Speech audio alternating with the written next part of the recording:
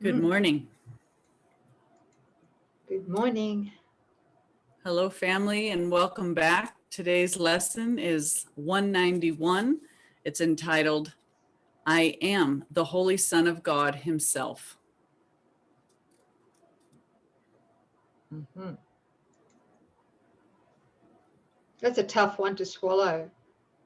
Sometimes.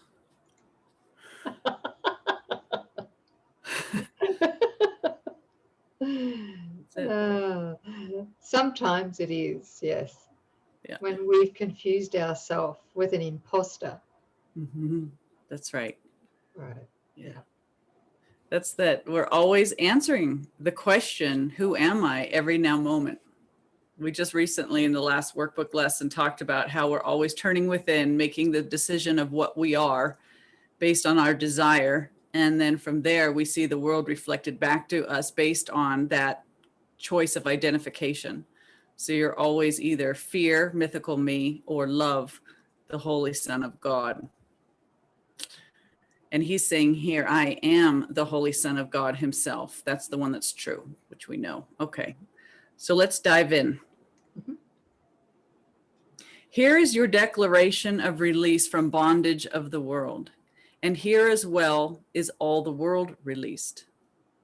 You do not see what you have done by giving to the world the role of jailer to the Son of God. What could it be but vicious and afraid, fearful of shadows, punitive and wild, lacking all reason, blind, insane, and sad? And sad? Uh-huh. And did you say sad? I did. Okay, all right. I've got hate here. So you're, okay, that's fine. Yeah, that's fine. I like the hate. I like the both sad and hate. Not that I like. Sorry, I'll wind back a bit here. Yeah. Okay. Yeah. I think both of them are so good because, you know, while we're hateful, we're sad because we're so far from what we are, which is love. Yeah, absolutely. And Mm-hmm. and just to clarify here in that which sentence was it? The third sentence. Mm-hmm. You do not see what you have done by giving the world the role of jailer. Something I really didn't get for the first 15 or so years of studying the course is this part. You do not see what you have done by giving to the world and the body. That part I didn't get. I separated the world from the body, you know. Yeah. And I think most of us do that until we realize that the body is not who we are. It's a projection in our mind, quite literally. Yeah. So, you know, we give the body and the world the role of jailer. In other words, we say that the world and the body are cause and not effect of our mind. Mm-hmm. You know, we think that the world and the body can attack, can threat us, right? Right. Can threaten us. Yeah. Mm-hmm. And if we're radically honest, we go around with this sense of I am some sort of conscious awareness, but I'm peeping out through these eyeballs and I'm confined by this body. And that has to be completely undone, because while that's true, then the world's happening to you. It's recognized, come out. You know, we all have to come to that place. You are mind, and everything that you're seeing is a projection of that mind, including this body. Yeah, yeah. It's a total reality reversal. Complete. You know, it's not No partial. problem. Right, it's not partial. For the first 20 years of the course, I really did believe it was partial. Yeah, that you could mix a little of this and a little of that. Yeah. Oh, yeah. Right. Yeah. Until I hit the wall again. Yes. You know, yeah. No more doing that. No more. Right. Yeah. Thanks, sis. Mm-hmm. Thank you. What have you done that this should be your world? What have you done that this is what you see? Deny your own identity, and this is what remains. You look on chaos and proclaim it as yourself. There is no sight that fails to witness this is you. There is no sound that does not speak of frailty within you and without. No breath you draw that does not seem to bring you nearer death. No hope you hold, but will dissolve in tears. Oh, sounds like a lot of fun. Whose idea was this? Who can I blame? It's not mine. It was yours. You said it was going to be a good idea. We'd have fun, you said. All right. Okay. Pin it on me. Oh, boy. I was wrong. Here he's driving it home some more. Deny your own identity and you will not escape the madness which induced this weird, unnatural, and ghostly thought, which mocks creation and which laughs at God. Deny your own identity and you assail the universe alone, without a friend, a tiny particle of dust against the legions of your enemies. Wow. Deny your own identity and look on evil, sin, and death, and watch despair snatch from your fingers every scrap of hope, leaving you nothing but the wish to die. And that wish to die is so entrenched. We've spoken about this before. You know, we have this anticipation, especially as people age and sicken, and we hope that they will die soon, sooner rather than later. And we call that love. He's gone home to be with the Lord. Yes. Well, the Lord called him home. That's right. And snuffed him out. That's the ego's Lord. Yeah. The ego's God, right? Thanks, sis. Yeah, that wish to die, the attraction to death is like, it's a tractor pull. It's the foundation of this entire world. And we don't see it until we're willing to see it, but recognizing that everything in that gap serves its Lord, which is the thought of death, life's opposite. Okay. All right. How y'all feeling? Candy, cookie? I think we should break into song. I know. I could do the happy dance. Could do a happy dance, but you don't want to see that either. So here's paragraph 4. Yet what is it except a game you play in which identity can be denied? You are as God created you. All else but this one thing is folly to believe. In this one thought is everything set free. In this one truth are all illusions gone. In this one fact is sinlessness proclaimed to be forever part of everything, the central core of its existence and its guarantee of immortality. Wow. Wow. That's big, isn't it? This one fact is sinlessness proclaimed to be forever part of everything. Yes. The central core of its existence and its guarantee of immortality. Wow. That's why forgiveness is the key to returning to our incorruptible innocence, the sinlessness that he speaks of here. Yeah, that gap, if the whole gap stands for guilt, then its undoing is the felt state. I have the sister Nouk that's constantly reminding all of us about our invincibility and our incorruptible innocence. That is the cure-all. That is the healing and the correcting of that entire gap. Yep. Yeah, but it's not personal, right? No. How could we used to think it was personal. I think when we begin, we think it's just, well, it's for me. Yes. But it's for the whole sonship. Well, the whole sonship, it's shared, it's not real. That's right. That's right. Because we think of ourselves as a fragment of the whole, but we are the whole. So to leave a brother out is still leaving yourself out. Yeah. Beautifully said. Thank you. Thanks, sis. Okay, here we go. Paragraph 5. But let excuse me, but let today's idea find a place among your thoughts, and you have risen far above the world and all the worldly thoughts that hold it prisoner. And from this place of safety and escape, you will return and set it free. For he who can accept his true identity is truly saved, and his salvation is the gift he gives to everyone. In gratitude to him who pointed out the way to happiness that changed his whole perception of the world. So that's the awakening mind in one individuated expression that doesn't flee back into the arms of the Father, but stays on and shares it with every part of the sonship, with itself. It's the being the light of the world, being in the world but not of it, walking as Jesus did, being the living demonstration of God's will here, even in the stream of separation. Yeah, but we can't do that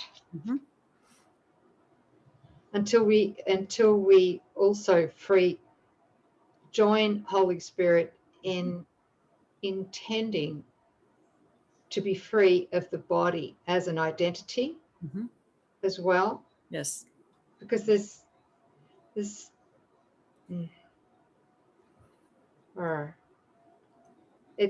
body is the world is the body. Through the false identity, we use the world to serve the body identity. We cannot afford to believe that we have to undo the world or the attachment to the world without undoing our attachment to the body for what it can give to us that we believe God cannot. So without the body, there is no world, right? I mean, you can't perceive anything. So the body and the world are one idea. It's all the symbol of separation. And yet the one son who's able to, not the one son, but the individuated aspect of the one son that has that revelation of, I am not this body, I am free, and allows itself, his or herself, to be moved by the divine mind, then it's not that we just, disappear.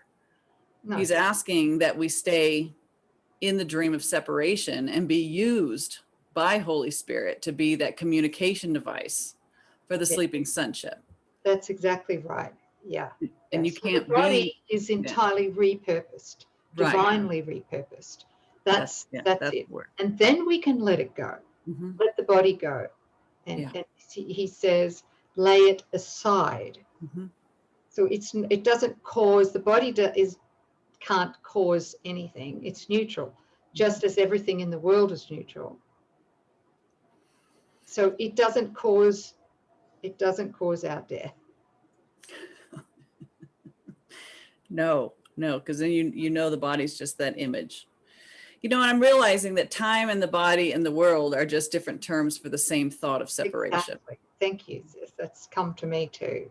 Yeah. I realize it's because you can't have a body without a sense of time where it seemed to arise, which we call a birth date, right? So time and the body, and you can't have the world unless you have the body to try and experience a world apart from God. So they're all interlaced, and it's all the same thought. Separation, which never happened.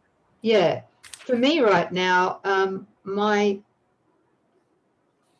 classroom really is learning minute to minute to withdraw my belief, my dependence on the body's 5 physical senses to tell me what reality is. Yeah. It's a big one. It's everything. Yeah. Yeah. So it's, because we can't do both. We can't straddle both worlds. We can't trust the body's 5 senses. In other words, what it reports to us is reality, and yet still say and try to believe that we are spirit. Right. Because they're mutually exclusive. There's 2 different teachers that are attempting to show us what reality is through the body's five senses, it's always going to be the ego that is trying to use the body's five senses to report to us the separation has indeed occurred, and that we are guilty, we're sinful, guilty, and therefore we're deserving of punishment, and finally physical death. So the five physical senses are constantly reporting what serves as a complete shield, a barrier, so that we cannot experience the kingdom of heaven, which is right here. And Jesus, I heard Jesus very clearly on this morning's walk about, what is understood as nothing must disappear. So that shield remains in force and effect while we still believe in it. And it's not until you're willing to ask and then understand the nothingness of what you're looking at. Sure, it seems very real through physical sense, but there's something there instead to see. And it's only until you understand that what you seem to be perceiving is not true, that's when it will disappear. So you can't have it disappear while you're still believing in part of it or fearing it, right? And again, this is another reason, and I'm not bashing, it's just this is so convoluted. This is why when we're still loving it or trying to be with it and not fear it, that's still on this side of things. It's still looking at this shield of darkness and trying to have a better relationship with it. And yet until you understand that it's nothing, you're always on the side of duality and asleep. So it's until we can look at something and go, that's not God's will, practice the forgiveness and ask with Holy Spirit to be shown what is there, then you understand the nothingness of something, even though physical sense says, hey, this is bad, or this is wrong, lack or disease, or whatever the problem is. When you can still look at it through your eyeballs, but then come to that recognition, it is nothing. And now I understand why it will cease from your experience. Yeah, but this is a process, like I said before, it does take the illusion of time, because we're so terrified of God's love and our identity as a consequence, our true identity. So it does take time. It is a transfer of trust, because we took thousands, if not millions of years to teach ourselves separation. Yeah. So now we need to teach ourselves or undo that belief and remember the love we are, the Christ we are. And I'm going to play the other side of this coin. I want you to stretch yourself. Yes, be gentle with yourself, but I want you to see if there's one area of your life where you're willing to just stretch yourself beyond your comfort zone. And the reason I'm saying this is because I really long for you to have the experience of the aha, when something that seems so physical and so real vanishes in an instant. And then you get the connection. My thoughts and this body are one. And all I did was change my thought and my body followed. I want you to have that experience of the ego saying, this is bad, this is bad, this is bad, but you held to the truth despite what physical sense was showing you, and you received the miracle, the adjustment, the answer, right? Yeah, you'll know, but come and taste and see that the Lord is good. Okay. Thank you, sis. Yeah. Thank you. We really do have to open our mind, stretch it, because this is the reversal of the reality of the ego's paradigm. There is no reality in the ego's paradigm. It's all illusion. It's all illusion until we're willing to take this literally and usher in the real world and have these demonstrations. We'll always stay on this side of timidity. And I believe that it's time, it's now that the tipping point is. And so it is stepping out in faith, in trust that, Jesus is the author and this is the truth, and to stand on it. And don't expect your physical senses to agree. They're made not to agree. So they're just doing what they're supposed to do. But the truth is true. So take your step out past the comfort zone and stand there. You'll get a reward that'll change your whole foundation and your starting point from that point forward. Absolutely. Thank you. Very powerful. Thanks, sis. Yeah, encourage. Okay, here we go. One holy thought like this, I'm assuming, I am the Holy Son of God himself. Yes. Right. One holy thought like this, and you are free. You are the Holy Son of God himself.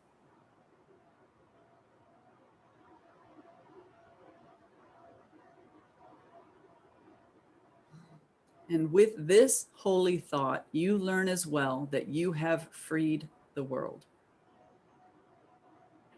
You have no need to use it cruelly and then perceive this savage need in it. You set it free of your imprisonment. You will not see a devastating image of yourself walking the world in terror, with the world twisting in agony because your fears have laid the mark of death upon its heart. Be glad today how very easily is hell undone. You need but tell yourself, I am the Holy Son of God himself. I cannot suffer, cannot be in pain. I cannot lose, nor can I fail to do all that salvation asks. And in that thought is everything you look on wholly changed. A miracle. Yeah, go ahead. So sis just stopping there, that's a big one, right? I am the Holy Son of God himself. Yeah. I cannot suffer, cannot be in pain. I cannot suffer loss, nor fail to do all that salvation asks. Okay, so, looking at that with eyes and heart wide open, mind wide open,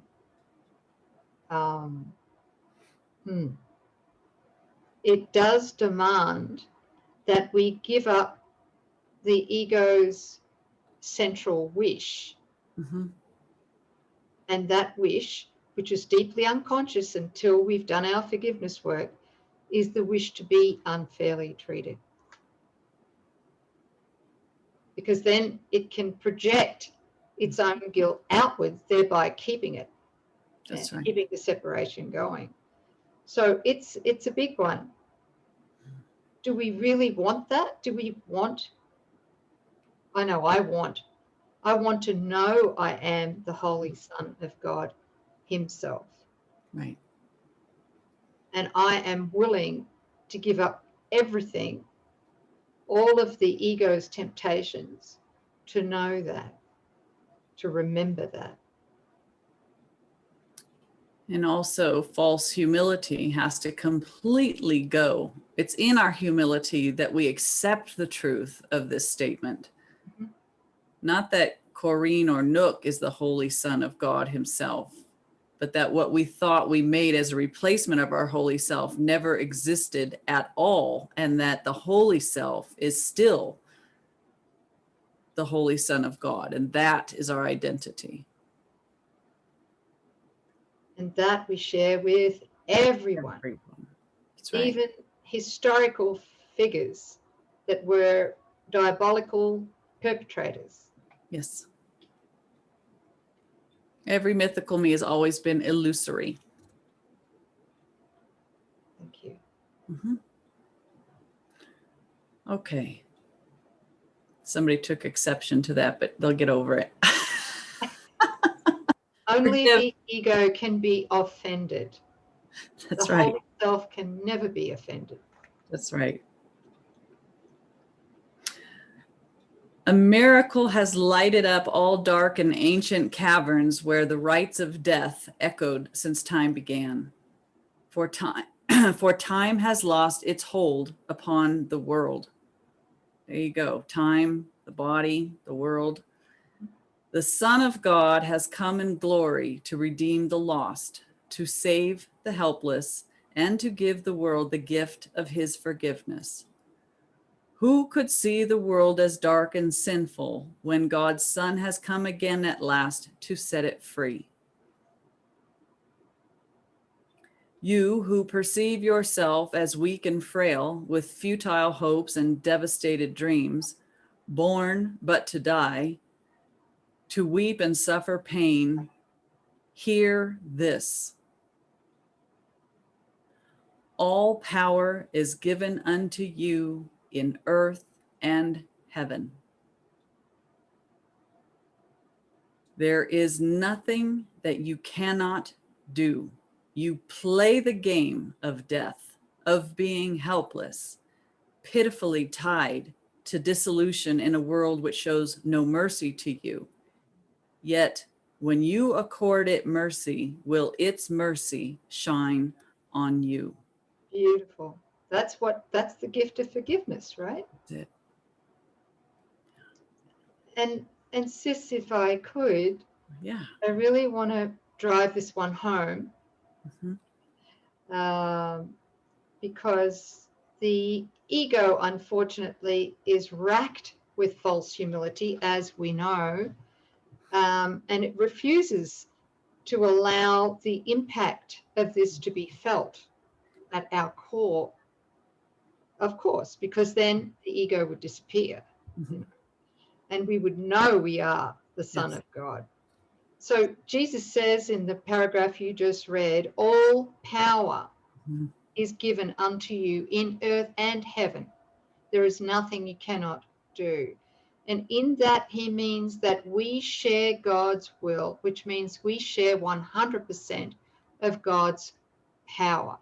This is beyond a human capacity to even imagine. Don't even try, right? But it's a fact.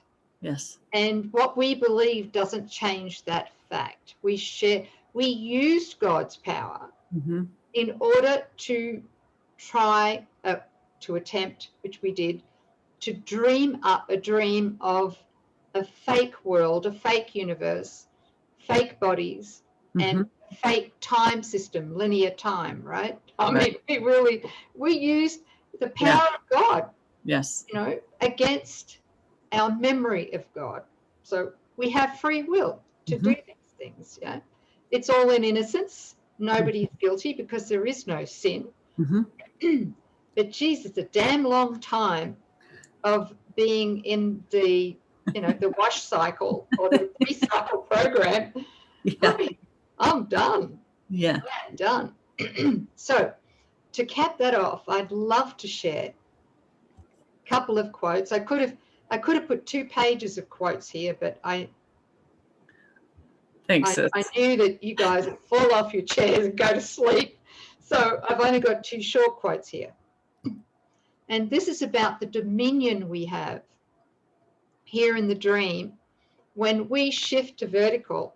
In other words, when we shift our identity to the Holy Self. And these are from lesson 38. Maybe it'll make more sense now than it did when you originally listened or watched lesson 38 or read lesson 38. There is nothing my holiness cannot do because the power of God lies in it. Remember, our holiness is the incorruptible innocence that we were created in, that never changes, right, for eternity. So there's nothing my holiness cannot do because the power of God lies in it. Your holiness reverses all the laws of the world. It is beyond every restriction of time, space, distance, and limits of any kind. Your holiness is totally unlimited in its power because it establishes you as a son of God at one with the mind of his creator. Through your holiness, the power of God is made manifest. Through your holiness, the power of God is made available. And there is nothing the power of God cannot do through you. Your holiness then can, now this is literal, guys. Mm. There have been many teachers and students who've taken it as metaphor. It's literal. Your holiness then can remove all pain, including physical pain, can end all sorrow, and can solve all problems. It can do so in connection with yourself and with anyone else. Mm-hmm. It is equal in its power to help anyone because it is equal in its power to save anyone. And this all comes from a book titled A Course in Miracles. That's what we're meant to be. That's what this is for. All right? Yes, eventually it is for us to go to the real world. I mean, not go to it, but to stay, embody the real world. Yeah. Mm-hmm. All right. And then eventually to awaken from the dream of time and space altogether through the ascension. Mm-hmm. But in the meantime, it is to become miracle workers. That's the goal. Yeah. Did you want to add to that, sis?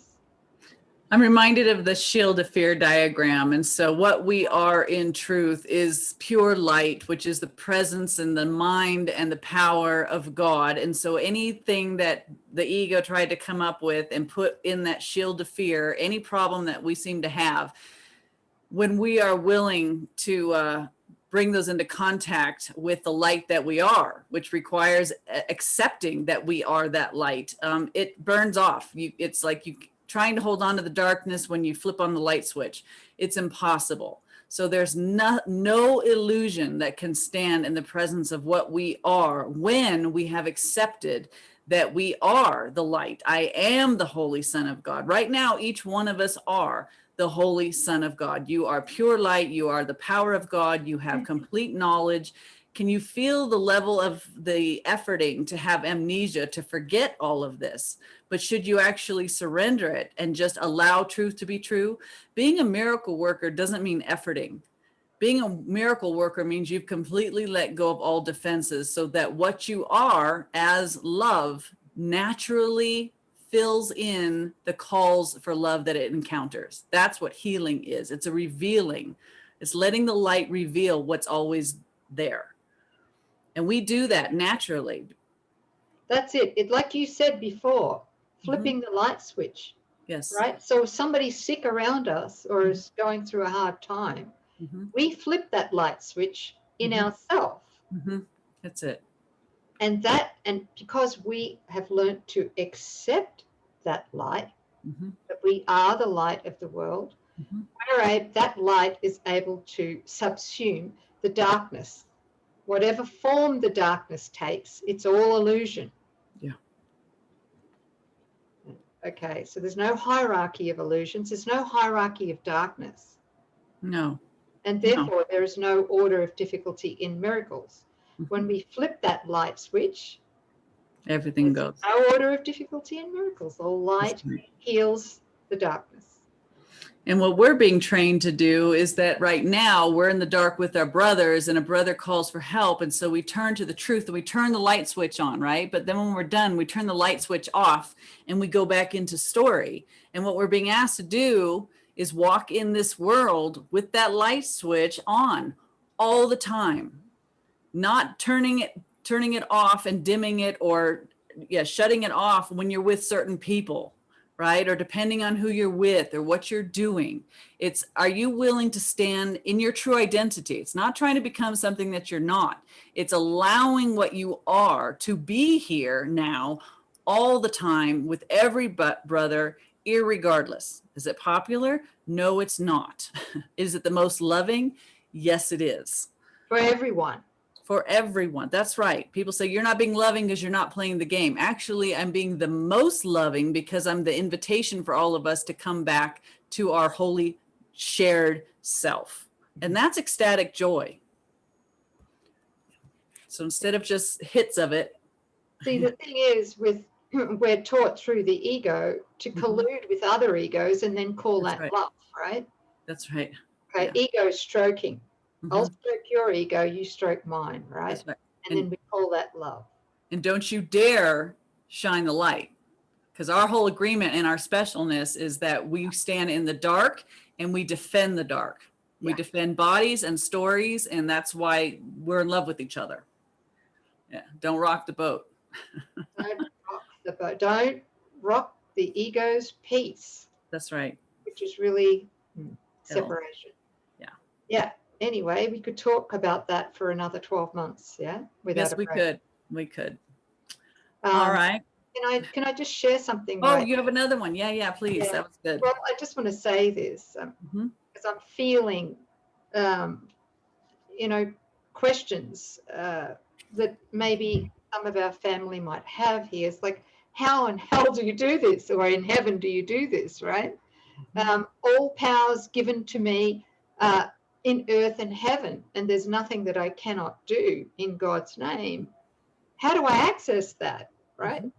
Well, this, just a quick summary, is we have to first learn to deny the causeless. Causeless. And this quotes from chapter 14, section 3. God is the only cause, with uppercase C, and guilt is not of him. Teach no one he has hurt you. For if you do, you teach yourself that what is not of God has power over you. You know, the 5 physical senses? The causeless cannot be. Do not attest to it, and do not foster belief in it in any mind. Remember always that mind is one and cause is one. You will learn communication with this oneness only when you learn first to deny the causeless and accept the cause of God as yours, the only cause. The power that God has given to his Son is his. You know, we can't be miracle workers and truly awaken from the body and the world, the illusions of them, until we genuinely learn to deny all of these causeless things. We need to say, no, that the cause of this is in my mind. Right. Nothing outside of us has any power to harm us or to heal us. Right. We've spoken about this before. In the truest sense, it's only our belief in time that can harm us or, heal us in therapy or medication or supplements or whatever it might be. It's only our belief in these things that can seem to heal us, right? It's trading one illusion for another. Yeah. It doesn't get to the real cause, which is the thought of separation. This is an image that's an extension of my thought that I'm separate. That's all it is. So let's heal the idea of separation. But so for those who think, how do I do this? All we do is undo what we thought we made. And then what is there will return to our awareness. So you're not responsible for making the truth true. We can't add to God. We can't inform the mind that created the universe and everything that is. We just need to get out of the way, which is the whole idea or the means of forgiveness, right? And Nouk has a beautiful, the 7 steps of 7 essential principles of quantum forgiveness. Take whatever seems to be, nipping at the heels and take it through there, because it goes right through that positive denial. This isn't from God. It's not there. It's in my mind. I made a wrong choice. I want my mind healed. I don't want the problem corrected. I want my perception healed. and you hand it over to Holy Spirit. There's more to it, but Yeah. just come back to that place of peace and let your right mind inform you of what's going on in Thank truth. you, Sis, for that. It's a great tool. And Yep. if you want to find that, it's in the list of resources. Thank you. In the description box. Show more. Whatever. They probably, in 100 years' time, when people are watching this, they'll probably have a different word for it, right? We're all going to be awakened within 100 years, sis. Yeah, we'll all be awakened. Wouldn't That's that it. be miraculous? Are you reading the next 2 paragraphs? Where am I? Okay. Paragraph Okay, thank you. Okay, last sentence of 9. Yet when you accord it mercy, will its mercy shine on you? Then let the Son of God, I'm sorry? Is that the world and the body, right? Others, the world and the body? Yes. Yeah. Then let the Son of God awaken from his sleep and opening his holy eyes, return again to bless the world he made.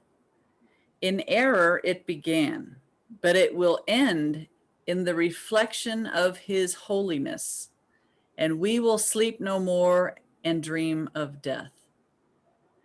Then join with me today. Your glory is the light which saves the world. Do not withhold salvation longer. Look about the world and see the suffering there. Is not your heart willing to bring your weary brothers rest? That's what he's saying. Let's stop dimming our light. Let's stop turning the light switch off. Let's stop pretending, people pleasing, special relating, special relationships. It's to be, just come back to what we are and let that truth stand right in the midst of the dream, where our brothers don't even know that they have an option. They still think the world's happening to them. Here they go. This is really moving. He's talking about your brothers who don't know about the Course, who have not been taught these teachings by Jesus. They must await your own release. They stay in chains till you are free. They cannot see the mercy of the world until you find it for yourself. They suffer pain until you have denied its hold on you. They die till you accept your own eternal life. You are the Holy Son of God Himself. Remember this, and all the world is free. Remember this, and earth and heaven are one. Wow. So, so powerful. Yeah. When we accept the atonement, the world is healed.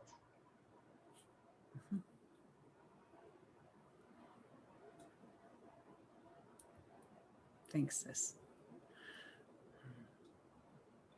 Thank you.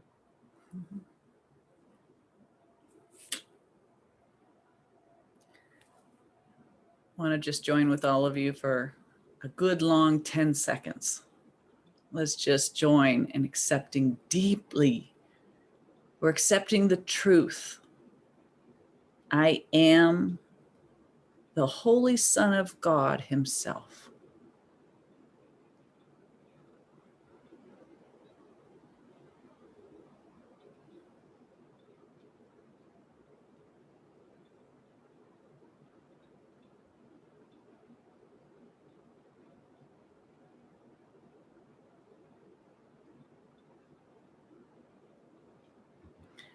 Thank you, everyone. Oh, that was beautiful. I felt that. Me too. Thank you. Thank you, sis. Yeah, that was lovely. I enjoyed that very much. All right, you guys. We'll see you next time. Emily. Yeah, thank you.